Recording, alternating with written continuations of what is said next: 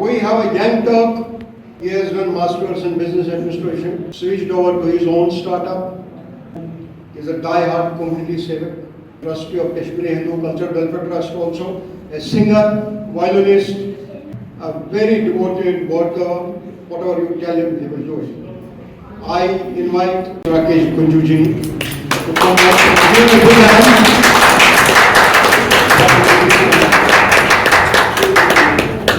Thank you, Rakesh. Respected dignitaries and friends, Namaskar. Good evening to all of you. Today we have gathered to observe Kashmiri Pandit Nishkasan Divas, remembering the painful night of 19 January 1990, when an entire community was forced to leave their homes in fear.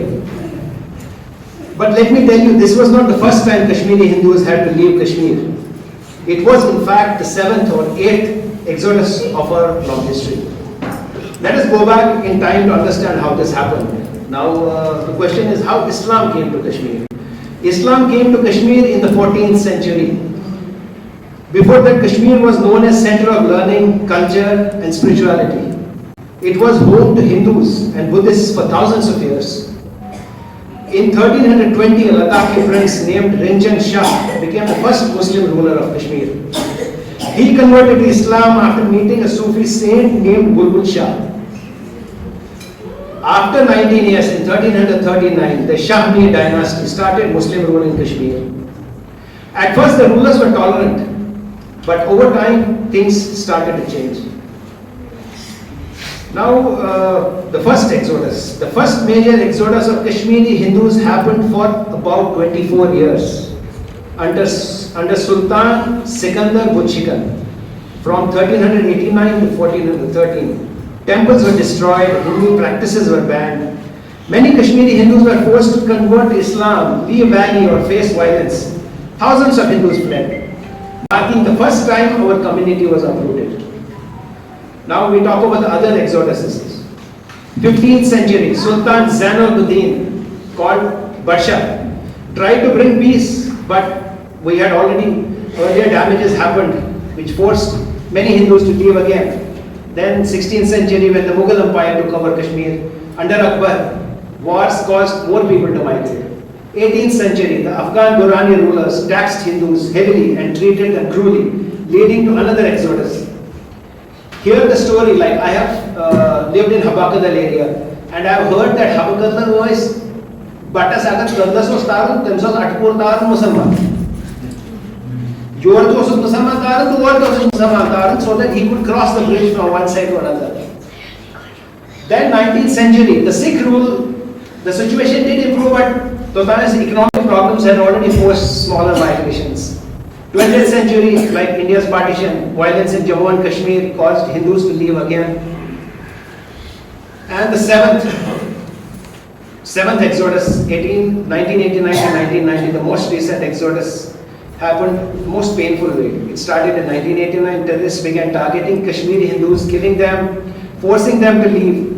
On 19th January 1990, loudspeakers blared hate slogans, warning Hindus to leave the valley or face death. Government numbers are 4 lakhs, but actually it's 7 lakh Kashmiri Hindus left their homes, leaving behind everything, houses, temples, memories. And this time the betrayal was even more painful because it came not from the invaders but from our own neighbors. For 34 years we have lived as refugees in our own country. We have shown great strength by preserving our culture, as everyone is talking about, but a safe return still seems far away. Kashmiri Hindus have faced many betrayals. Betrayals by rulers like Sikandar Butshikan, who destroyed temples and forced conversions. Governments who have failed to ensure our safety. Promises of safe return remain unfulfilled, and Kashmir still feels unsafe for us.